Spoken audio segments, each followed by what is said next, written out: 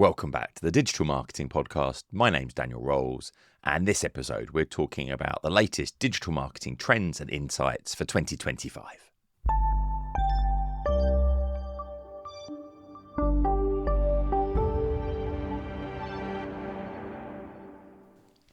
So I've been excited about this one for a while. So while I was at Inbound, the HubSpot conference, I met Jay Schwedelson, who is the #1 marketing podcaster in the US that does the Do This, Not That podcast.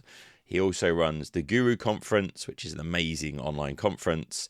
He runs subjectline.com, so he's got some amazing expertise in email data.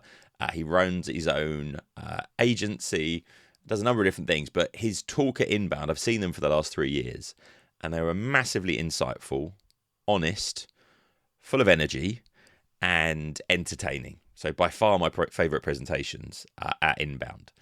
So we met up and he's agreed to come on the Digital Marketing Podcast. I'm going on to his podcast as well. But the interview really gets into the things that we should be focusing on in the months and years ahead.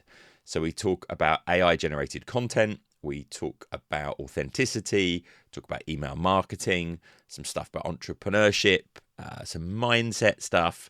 It's quite a far-ranging conversation. But as ever, Jay was insightful, honest, entertaining, and it was a real joy to do the interview. So over to Jay, and I'm sure you're going to enjoy this one.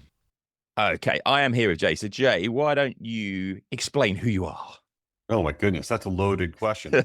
So Jay Schwedelson, I got 2 businesses. I have an agency called Outcome Media, about a 100-person company in South Florida in the United States here. We do a lot of demand generation for business and consumer clients, email, direct mail, podcast advertising, digital media. So I've been doing that for 25 years. And then my other business, a media business called Guru Media Hub.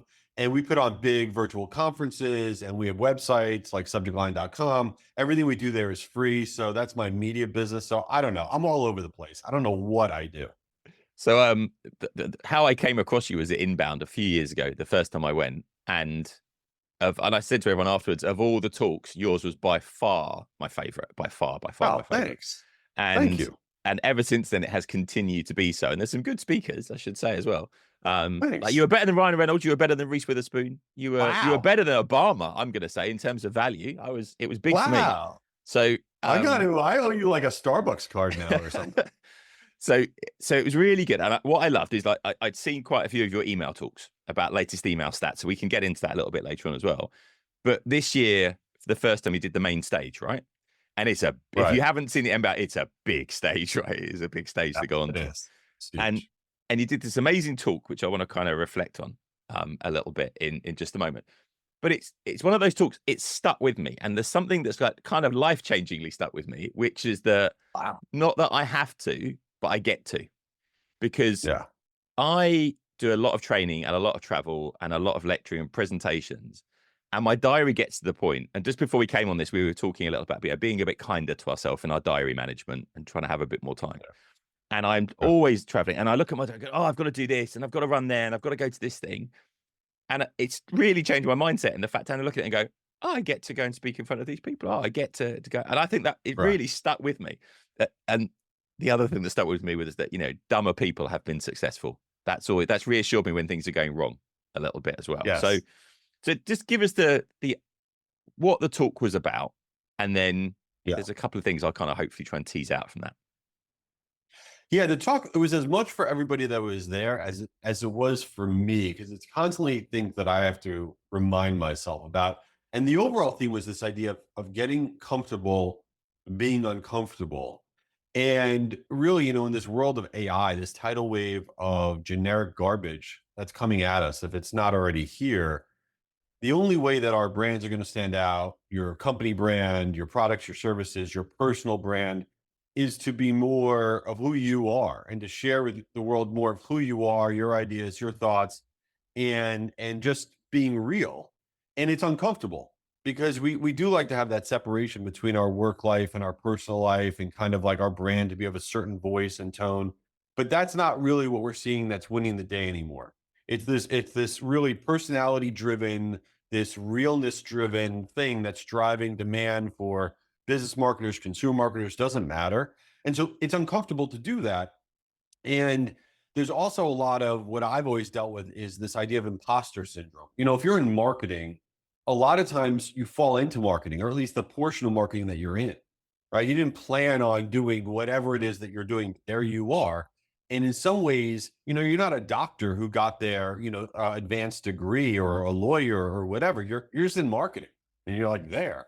And so you're like, am I really qualified to even be talking about or doing the things that I'm doing? I always feel that way.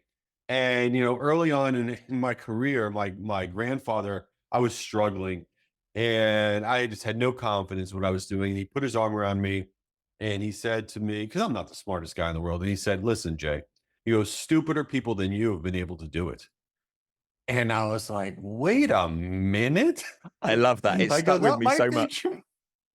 I go, "That might be true." I go, "There's somebody out there who is an idiot, bigger idiot than me, and they were able to do the thing. So I got to be able to do it too." And so that really, really, that resonated with me. And then the last piece of it, which you alluded to, is this idea of I get to, not I have to. And I didn't make that up. I read it somewhere. I don't know. But every single day, I'll look at my calendar. I have these calls, and I'll be like, I don't want to talk to that person. I don't want to do that thing. I just don't want to do it. And then when I change that dialogue in my brain from I have to do that thing, and I change it to I get to do it. There are people out there that would dream to have the job that you have, that would dream to have that call that you have on your schedule today, that would dream to do that webinar. They would dream. You have their goal. And when you realize that, it really can change the energy you put behind things, and your purpose and your drive. So these are the things that kind of stick with me at all times. So talk to us about your online conference, because from that idea of you saying, I've got a great idea, it's an online conference, and basically people Yeah. telling you what a terrible idea that was. Yeah, so coming out of COVID, I was attending all of these virtual events, big virtual conferences, virtual webinars, and that's what we all did because we couldn't get together, right? And they were really terrible. They were so boring.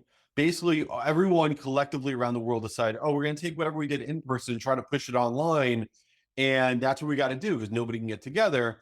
And now COVID's over, right? Everyone's getting back together, and yet we're still stuck with these really horribly boring webinars or virtual conferences that are terrible, or add-ons to in-person events, the virtual component, that are all terrible. And I was like, there's this technology now that we can do these virtual events, whether they be small events or large events, and yet we're ruining it. We're making it boring, making it terrible. I go, there's got to be a better way. So I started, and was in my media business, this idea of we started we did one virtual conference called Guru Conference. And the idea behind it, that conference is an email marketing event, and it's free. And we said, we're going to try to make this thing fun. We're going to make it crazy. We're going to make it engaging. We're going to make it different. And I basically took all the advice I got from everybody who puts on webinars and conferences, whatever, and I did the opposite. They would be like, oh, well, you need to have on demand ready to go as soon as it's over. I was like, screw that. You're on demand. Nobody's going to show up. We got rid of on demand, right? Yeah, right. We put in ridiculous things. We had, movie stars show up doing ridiculous things. We did eating competitions. We did anything we could do. And it really created this energy around our events. And so, in general, I think that so much advice, best practice advice for anything you're doing, it could be an email you're sending out, could be an ad that you're doing, a digital media ad or social media post. We follow these best practices. And I believe the majority of best practices are garbage. They're this legacy information that lots of people follow that is a recipe towards the toilet bowl. It's an absolute waste of time and energy. And you almost have to do the opposite of whatever the best practice is. And that's where you're going to find success. So I love the fact that you had your meetup at Inbound, and Yeah. I've never seen carnage quite like it when everyone saw there was how much free stuff there was, right? So just Right. explain to people kind of how it works. Yeah, yeah. So at Inbound, which is HubSpot's conference, they had 12,000 people in person. So HubSpot said, hey, you have all these people that are interested in your Guru Media Hub business that want to hang out, whatever. We do a meetup on the show floor. We said, sure. I said, but get ready because we're going to give out a lot of swag and do a lot of stuff. And I'm a big believer in swag. I think that people are sleeping on swag, like hoodies and t-shirts and stuff. And so we brought, thousands of pieces of hoodies and all these things. We gave it out. And what people get wrong about swag, it's a relatively inexpensive way to make your brand explode in a good way. Right. And people were like literally clamoring for all this swag. And the secret sauce about swag is you don't make swag a mug or a shirt or whatever that just has your logo on it. Nobody cares about your brand. Your brand is boring. I mean, it just is. I'm sorry. What you want to do is create something really cool. Like, so we had an 80s theme to our conference, 1980s. And we had these big, bright blue hoodies, and it said in crazy letters, stay rad. And then underneath that, in small letters, it had our brand logo. And everybody wanted the hoodies because they want to walk around the hoodie. It says stay rad. But when they do that, they're thinking about my brand. They do have my little logo on there. They're excited about it. People ask them about it. And so the power of swag has really elevated our brand in a big way. And we have a swag budget, a significant swag budget every year. Because I think it's the secret sauce to getting brand recognition.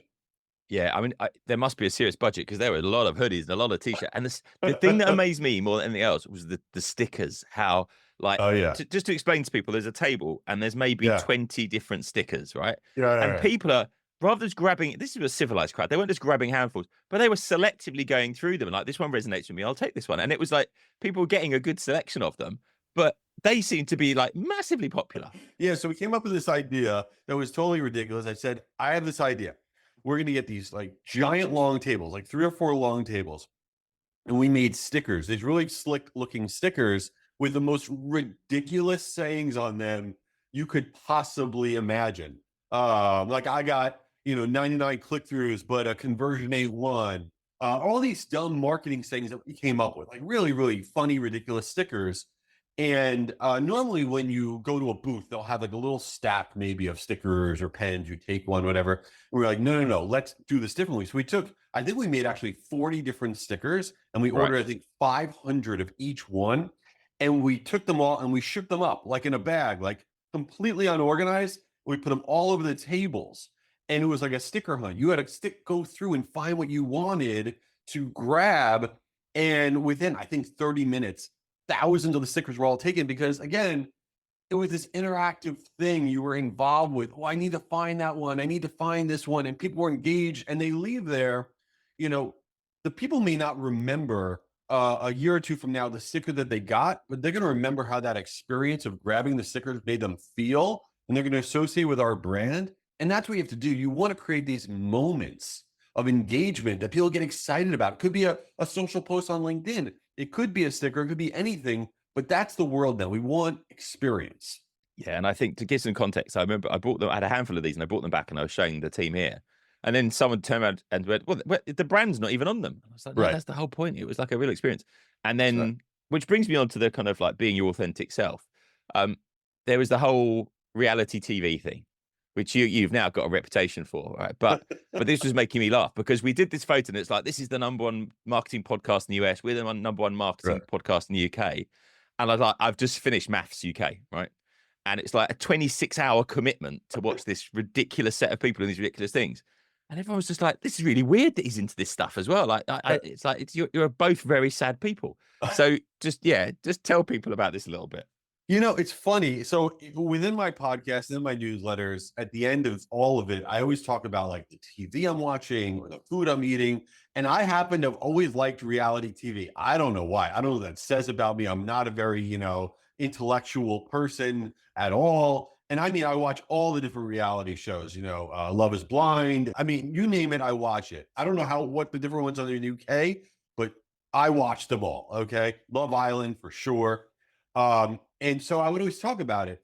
And then when I would put out my newsletter, put my podcast, I would get more feedback, people emailing me, reacted about that than whatever the marketing thing was that I was talking about. And always I was like, really? What I realized is people want to interact with people. They want to know like what you're about, what you think. And so, finding those things that you're interested in, that you can share, people love it. Like I share in my house, my family, every Tuesday night, we eat salmon. It's called Salmon Tuesday because we try to be relatively healthy one night a week. And it's torture. My kids hate it. Everybody hates it. But for some reason, that's interesting. And you need to find these things that you can share that people can kind of all feel good about, that are not polarizing. And that's the content we want. And it really has kind of oddly elevated whatever the heck it is I'm doing. I don't know. Yeah, because I mean, you walked on stage and you said about, what I had for breakfast. And it's like Correct. that can be interesting, right? And then you Always. kind of reflected back on why you'd eaten that for breakfast. And it's just that bringing that human story to life a little bit, right? Absolutely. It's 100% right. The more that you can insert humanity in what you're doing, what your brand is doing, the more that people gravitate around it. I mean, and I talked about it in my talk, but if you look at Mark Zuckerberg, he is a great case study in this. Mark Zuckerberg, the founder of Meta, Facebook, Instagram, whatever. If you're going 2 years ago, Meta wasn't doing that great. And every social post that he did, everything he did was very kind of boring. It looked like it was like some sort of like Shutterstock image that you bought online. It was terrible, very generic. And then somebody got a hold of him, right, and said, "You got to change this up." And in the last 2 years, you see him doing all these crazy posts. He's surfing, he's got no shirt on, he's doing jujitsu, he's doing ridiculous things. And the value of Meta has skyrocketed. The usage on the platforms have skyrocketed, and all of a sudden, you want to have a pint with Mark Zuckerberg, which I would never have wanted to do 2 years ago. That would have been like the last person on earth I want to have a pint with, right? And so he has access to all the data on earth. He knows that the humanity of what we're doing, inserting that into your brand identity, is what matters now. And so I think we could all take a page from that playbook. Yeah. So I mean, you recorded some videos the other day about lo-fi content Yeah. and how that fits in with this time of year. So talk us through that. Yeah, lo-fi content is really quite simply when you take your camera, you point at yourself, and you say, "Hey, I'm out here in the park today. My dog just went to the restroom. I got to go clean that up. Let me go post that." Now, it doesn't have to be that graphic.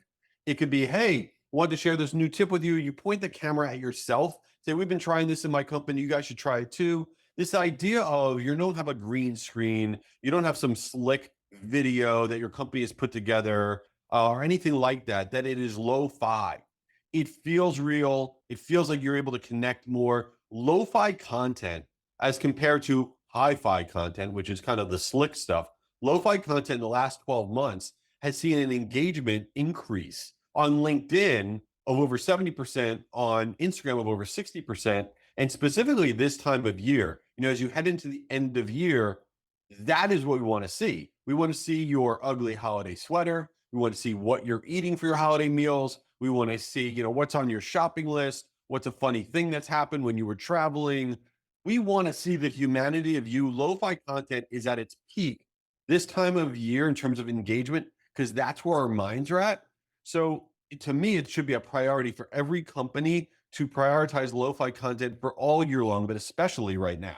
Let's move on to email a little bit, Yeah. because we've long been kind of going on and on our podcast about how email is just underutilized. The more that you've lost control of social, the more important it is. So just give us your opinion on where kind of email is at the moment. Yeah, your email database is the most valuable asset you have in your company, in my opinion. That's really that simple, because there's no other channel on earth, not a social media channel, not search, not direct mail, not TV, where at any given moment you can decide to communicate with your entire audience and it will reach your entire audience for relatively no cost. Doesn't exist anywhere else, right? So it's not a matter of does email work for you or not work for you. If it doesn't work for you, you're just not doing it right. Because right now, email has had, it's like in a renaissance period. The highest engagement it's ever had has been this calendar year in the history of email.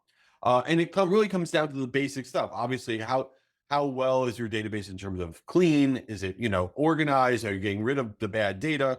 What is your subject line? What's your pre-header? What's the content you're putting out? And people always make the mistake of thinking, well, the reason our email marketing doesn't do well is that we're sending out too much. I think we're annoying people. That's what I hear every day of my life. And that's ridiculous to me. It has nothing to do with how frequently you're sending something out. It has to do with how relevant it is of what you're sending out. Relevancy and frequency are married together as it relates to email. You could send me an email 3 times a day if it has really great content in it, and I'm excited about it, right? So you can't send less, and then all of a sudden your email performance is going to radically get better. You have bad performance because you're sending out boring stuff. You're sending out stuff that's only for you and not for the recipient to the benefit of them. and you're not taking advantage of, little things you can do in the subject line or in the pre-header or whatever to try to win the day. So huge fan of email. It's not going anywhere. And the beautiful part about this time of year that I don't think enough marketers think about is a lot of times we look at our inbox this time of year and say, oh, I'm getting flooded with so much garbage and spam this time of year. I don't agree. All year long, the greatest brands on the planet are focused on this time of year to drive their sales and performance, right? This is the time of year where everything is going to happen. And they take all the best marketing minds they have in their company and their agencies and budget, and they work on how can we put together the absolute best marketing program. And then they hit send on that email. And when you get that email from that amazing brand this time of year, it is the best that they've got. This is the time you want to analyze everything. What time did they send it out? What was their from address, their subject line, their headline, the landing page? How many words do they have? How do they structure it? Because this is like a free tutorial on how to do it right now. So I love this time of year for email. And you were talking about one word makes a difference. And whenever I've seen your presentations, you're kind of looking at the stats for now. So just maybe talk about that. Yeah. Yeah, exactly. One word does make a difference. I know people think it's ridiculous, but you have your subject line.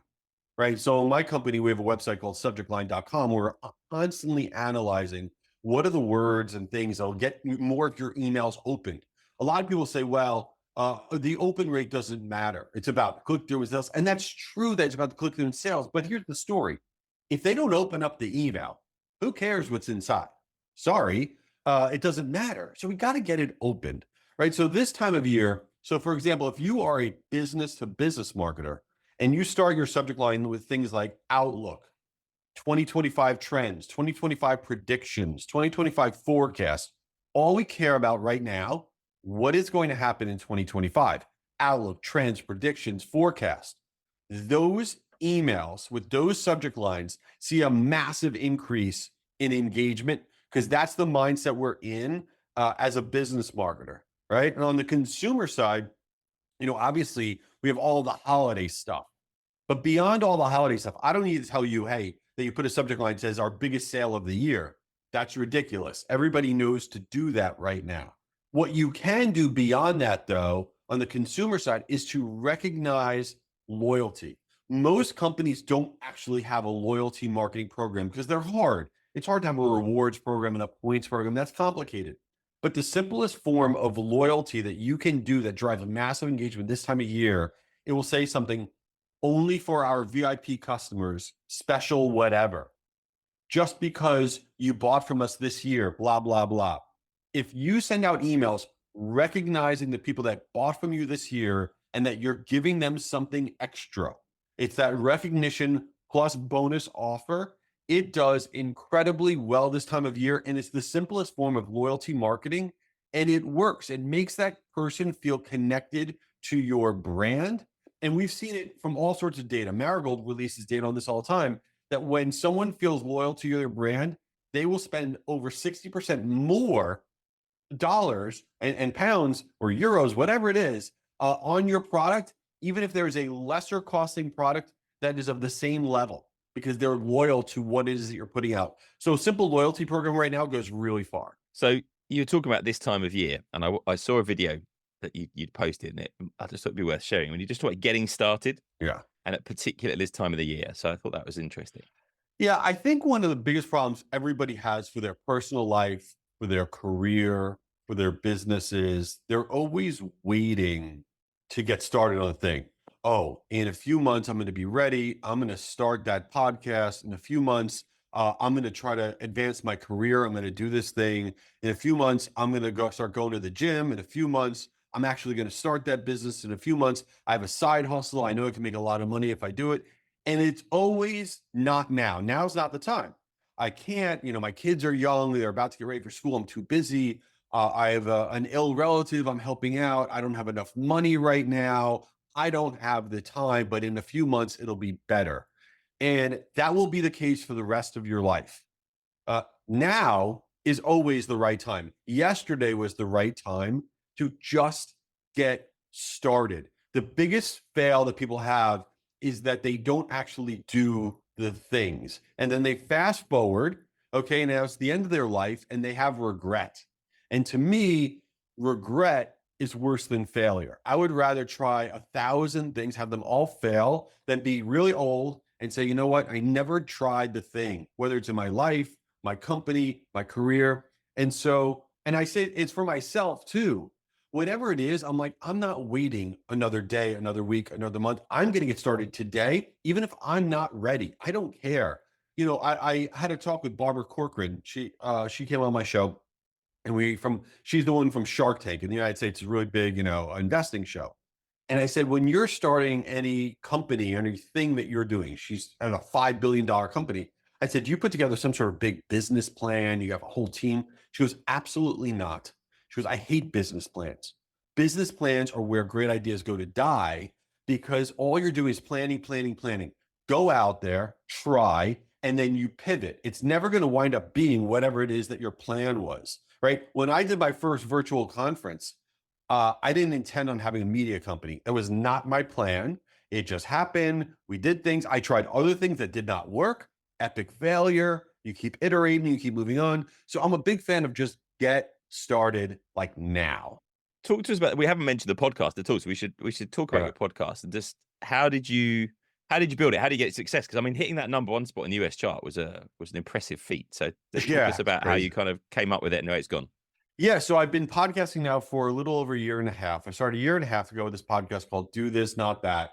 I knew nothing. When I started my podcast, a week before I started my podcast, I'd never listened to a podcast, not once. I had no idea about any of this stuff. And what had happened was we had some extra marketing budget that we canceled one program. And they said, well, what should we do with this? We got to use it for something. I'm like, well, let's have a podcast. Everybody has a podcast. So we started this podcast, and the way we started it was horrible. And this is ironic. The way we started was doing interviews. We would interview people, and that was it. And I would interview the different people, and I hated it because I was like, I don't know how to interview anybody. I hate this. And sometimes I would interview people, and they were epically boring. And I didn't even want to air the podcast. I'm like, oh my God, I don't want to listen to that. Why would anybody want to listen to that? And they were really long. They were like 45 minutes, an hour. I'm like, oh my God, this is terrible. So I said, listen, if we're going to do a podcast, we're going to just do this differently, because I hate this format. And we started pumping out these really short episodes. All of our episodes, we try to keep them under 12 minutes, basically, almost all of our episodes. And we pump out a bunch of these episodes, quick tips, different things. And at the end of every episode, I said, let's talk about our real life. And I'll talk about, like I said, the dumbest things. Somebody said something mean to me. I ate something terrible. I saw a horrible movie, whatever it is. We insert that into the end of every one of the podcasts. And then it started to, people started to listen to it. They would say, you know what? It's short. That's great. I have time for that. It's not horribly boring. And they learned something. And I try to really keep it very, very, very tactful. That you listen, you have something you could test, great, move on. And we started moving up the charts.